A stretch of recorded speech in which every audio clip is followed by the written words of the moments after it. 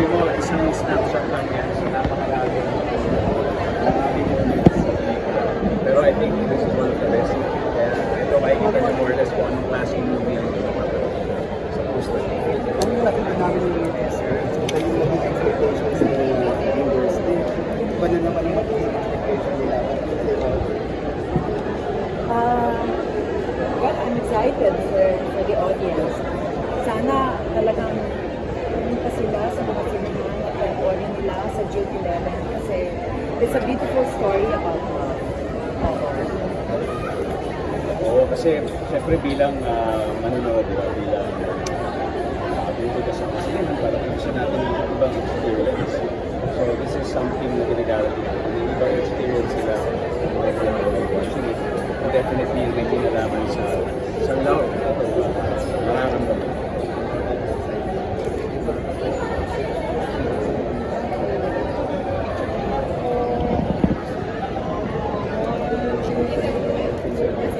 Yeah. You will be rushing. Okay. Okay. I'm sure.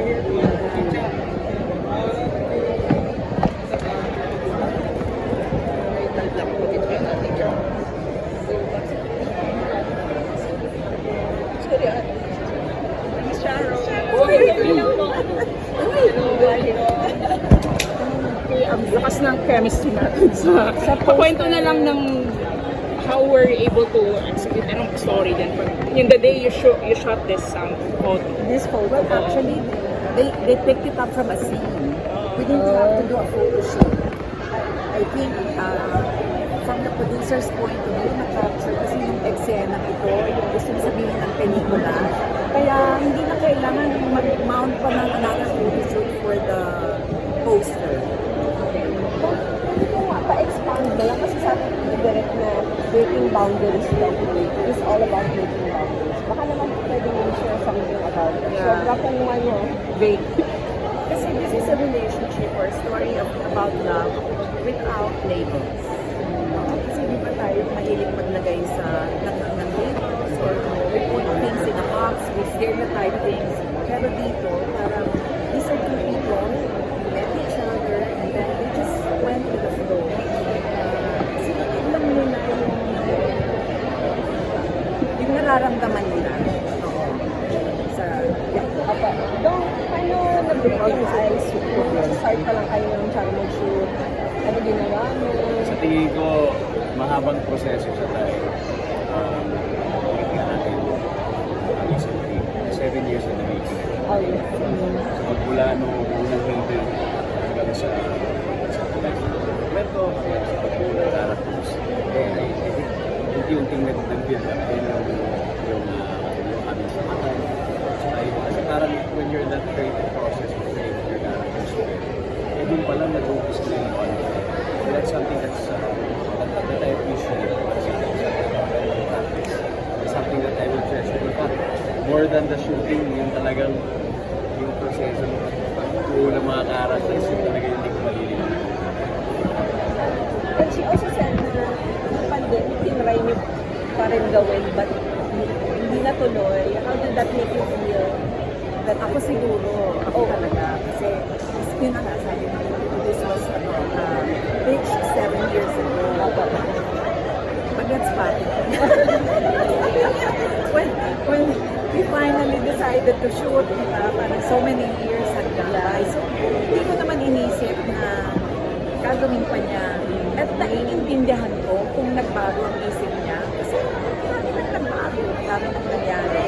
And I would understand because naiiba siya eh. It's not your typical love story. Because first of all, we're not allowed to.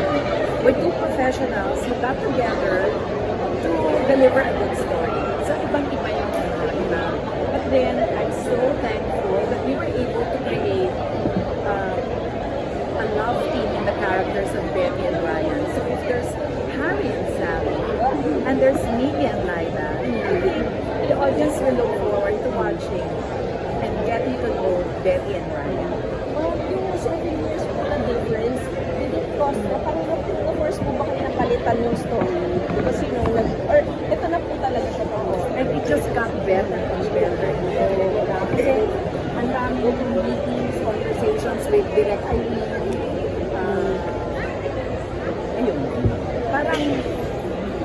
do we drop our personas? Kasi Dingdong has this persona, I have my persona. In essaying the characters of Becky and Ryan, paano mo i-drop si Akin, si Charles Science, paano mo i-drop si Dingdong, diba? To be Ryan, ako naman, Charles, how do I forget Charles Science and become the character? So,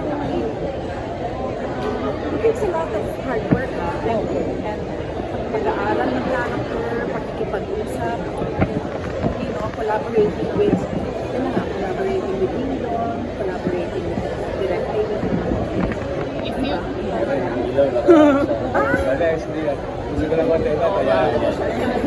so if you were to sum up working with each other in one word, One word lang. One three words, sige, sentence. only one. One sentence. Oh, okay. Explanation din eh. If you were to sum up the experience working with each other for the first time, One word pa. three words na lang daw, only we know. One sentence. Sentence daw. Sige, joke. Para mahaba-haba. Ako siguro, hindi lang one word. Once in a lifetime. Kasi hindi ko ma-imagine kailan pa dahil dati nasa wishlist pa lang dati, nasa wishlist. Nangyari na rin. And once in a lifetime also because nandyan din yung elemento na kwento sakto-sakto. Nandyan din sa direct idea. And I think everything is very right place and right. So for me, yun yung isang bagay na talaga something that I will really treasure for me. minsan sa buhay natin, di ba, minsan sa buhay natin, may dumadating na pagkakataon na parang tama ang timpla, tama ang mga elemento, nag-align, oo, ang stars, ikaw. So ito yun, kasi right timing, tapos hindi ko naisip ever what I'll be doing, di ba? Ever.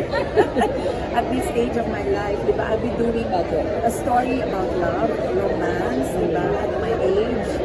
And to be starring in a movie with you. So, wala sa consciousness mo, kaya dumating. It's a story about waiting also. So, yeah, it's a story about waiting. It pays to wait. Yeah, in life, it pays to wait. First day on set. You just recall your first day on set. 7 years ago. Oh, sorry. Hindi, last year sa ginawa. Sorry. Anong First scene. Shower scene yan. Wow! ganda? Totoo ba? Shower scene. Inaayos mo Hindi, na dahil sa shower. Gusto nila may scene. Okay. Ayun naman, ano ko? Ako naman, Yung basta, ganun siya. Nandun ka na kagad sa shower ko. Sorry naman. Rosie.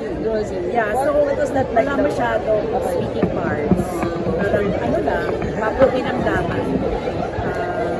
Actually, Direk was kind enough to shoot the scenes chronologically. Kasi, First meeting. kasi, so the first part ng wala medyo masulit siya. So in real life, this not din siya. Ano yun? Parang internalizing yun. Internalizing. Nagme-method.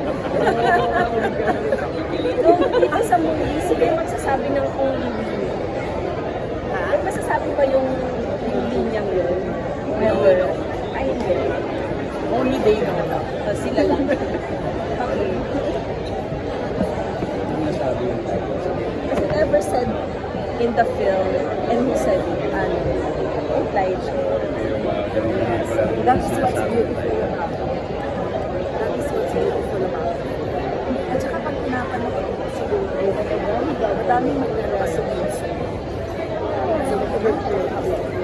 as a person who is falling in love or is in love or looking for As a love. person looking for love. That's exactly Marley nagsasabi. Waiting for love. Looking for love. Sana daw, to become like Dorothy, you can also find your love. Oh, diba? Thank you po.